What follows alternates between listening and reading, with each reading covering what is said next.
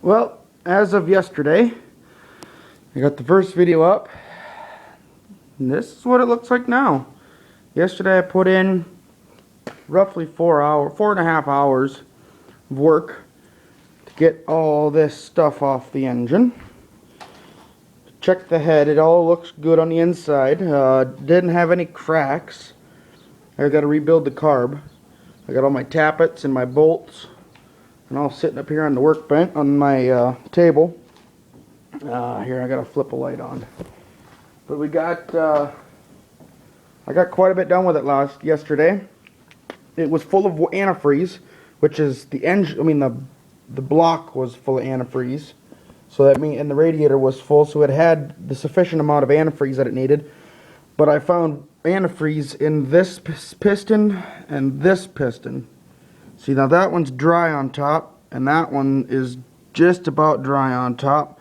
I put some Marvel, or what is it called here? Magic Marvel oil or something, Marvel mystery oil in there to see which cylinder I could get to make to come loose, and that's what so far what's showing what happened. But when I've looked at it, this here is the gasket from the top, the head gasket from the top. This is the front of the tractor with the cylinders, with your cylinders here. But notice right here, it was worn off to the point where it was starting to seep antifreeze.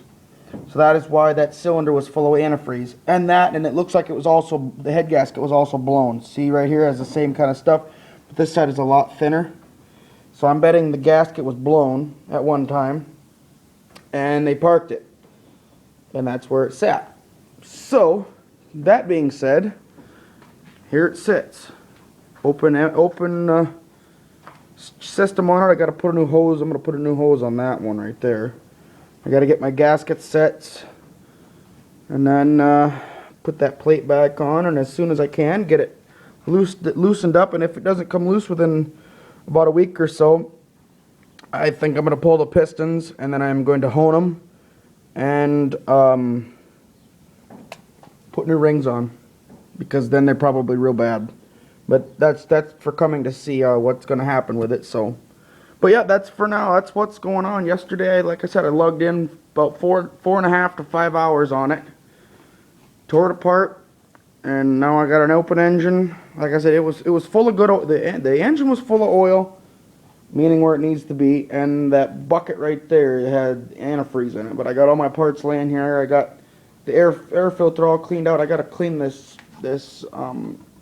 cover off. I looked at my starter and I went through my manifold and made sure those were all right. I'm gonna build a new gas line for it out of a rubber hose. I like the original steel ones, but they're just a pain in the butt to get on and off. So I'm gonna make one out of rubber.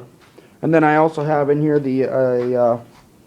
I have a shield for the PTO, and I have a swinging drawbar that I had in another shed, but I'm gonna weld that one up good.